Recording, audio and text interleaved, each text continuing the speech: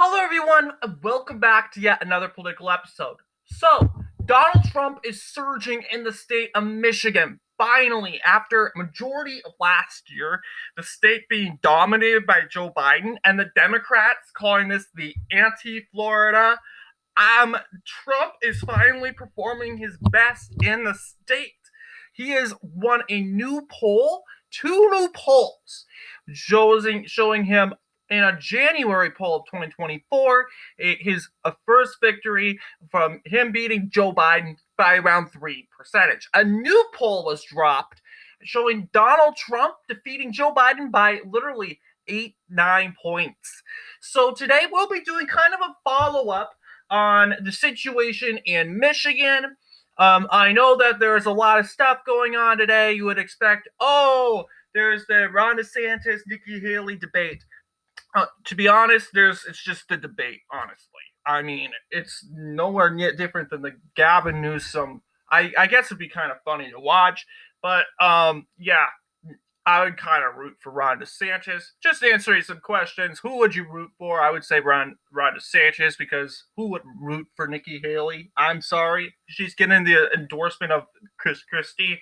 Speaking of Chris Christie dropped out of the race of the 2024 campaign. Thank goodness. He was only in this for Trump, and only in this for against Trump, not against Biden.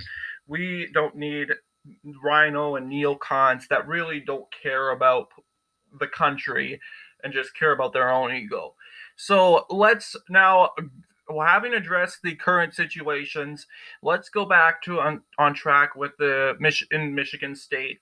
So Michigan, Donald Trump surging. He's at a great position in the state of Michigan, around polling around 8% of the popular vote of the popular vote margin. 47%. That's a really good margin. So today we're gonna have to go and predict the numbers in Michigan today. I don't think Michigan is going to look that different than our last prediction. Uh, from a couple days ago, we had, in fact, I pretty much think it's going to look the same. If you were hoping for a different prediction, I'm sorry, but this is pretty much what it's probably going to look like. The Joe Biden getting around 7 counties, and of course, Trump getting the rest. So, yeah, Trump is growing in the state of Michigan. And with new GOP leadership, Donald Trump could perform very well. Or that leadership could completely backfire. Like, we get a complete horrible leader for the state of Michigan, for the Michigan GOP. Just as worse as the last, as we know, the last GOP chairwoman, whom is deemed a far-right supremacist by the liberal media. And as you know, this got the woke mob involved and the neocon establishment to turn on her, and then this affected her confidence-wise, and she went down from there.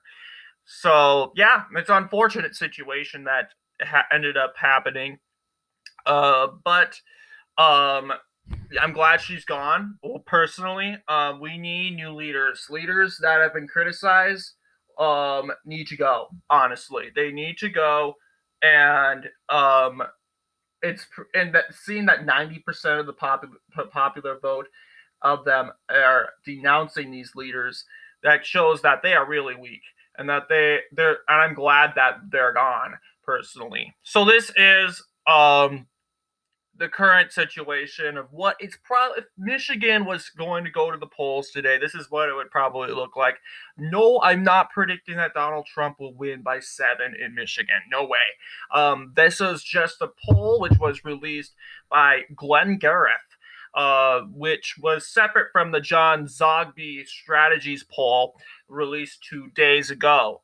So Yeah, in regards to this, I do think that uh, Trump would end up winning Michigan probably by 3 points, 2 points probably. 2 points seems realistic. Um, I have doubts because Donald Trump only won Michigan by less than a point in 2016. That's a strange performance in the Wolverine state. And somehow, yeah, we know that Donald Trump is pulling his best in the state of Michigan right now, and he's pulling his best in his whole political career. But we cannot say for sure if this is going to be the case in this state. So right now, yeah, I do think Donald Trump is going to win Michigan. It's pretty much Trump country from here. And I'm honestly very happy to hear this news.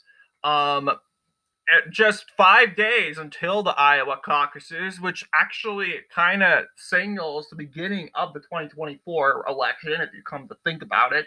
2024 election some people say it officially begins with the Iowa caucuses. Some people say it begins in the middle of the third year of the presidential term, where everyone is signing up for the races and the debates are being scheduled. Some people say that the presidential election officially begins after the nominations. It really, and some people just are black and white. It begins literally on the November 5th, 2024, and it ends on November 5th, 2024. So yeah, it's really an interpretation, a perceptual kind of ideal, if you will. But yeah, we lost off track. But yes, Joe Biden underperforming in this state. So, what do you guys think in regards to Michigan and Trump suddenly gaining lots of momentum in this state, a state that he couldn't win in 2023 in regards to polls? Now, you would say, oh, yeah, Wisconsin was much worse. Agreed. Because Wisconsin, although we knew it was one of the more moderate swing states in the Rust Belt, it was polling double digits for Joe Biden in the middle of the year in 2023. We had very huge doubts that, yeah, Donald Trump doesn't look so good in Wisconsin. It's polling like a Minnesota.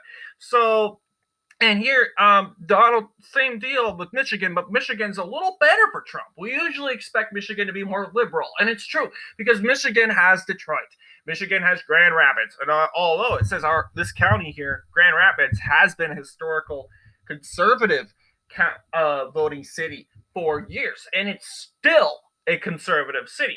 I mean, it's not like Minneapolis. It's not like Rochester. It is a city that will sway it wherever it wants to go.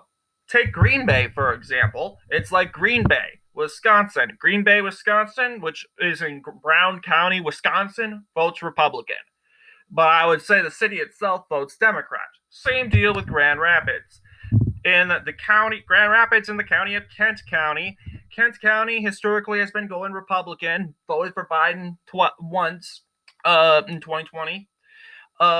It's now being questioned if Trump could win this county, but seeing how Trump is polling right now, this Kent County has to go to Trump. It just has to go to Trump. And plus, besides, it's not like Kent County's done voting Republican. It voted Republican in 2020, 2020 in the U.S. Senate election, which Republicans almost won, by the way. So yeah,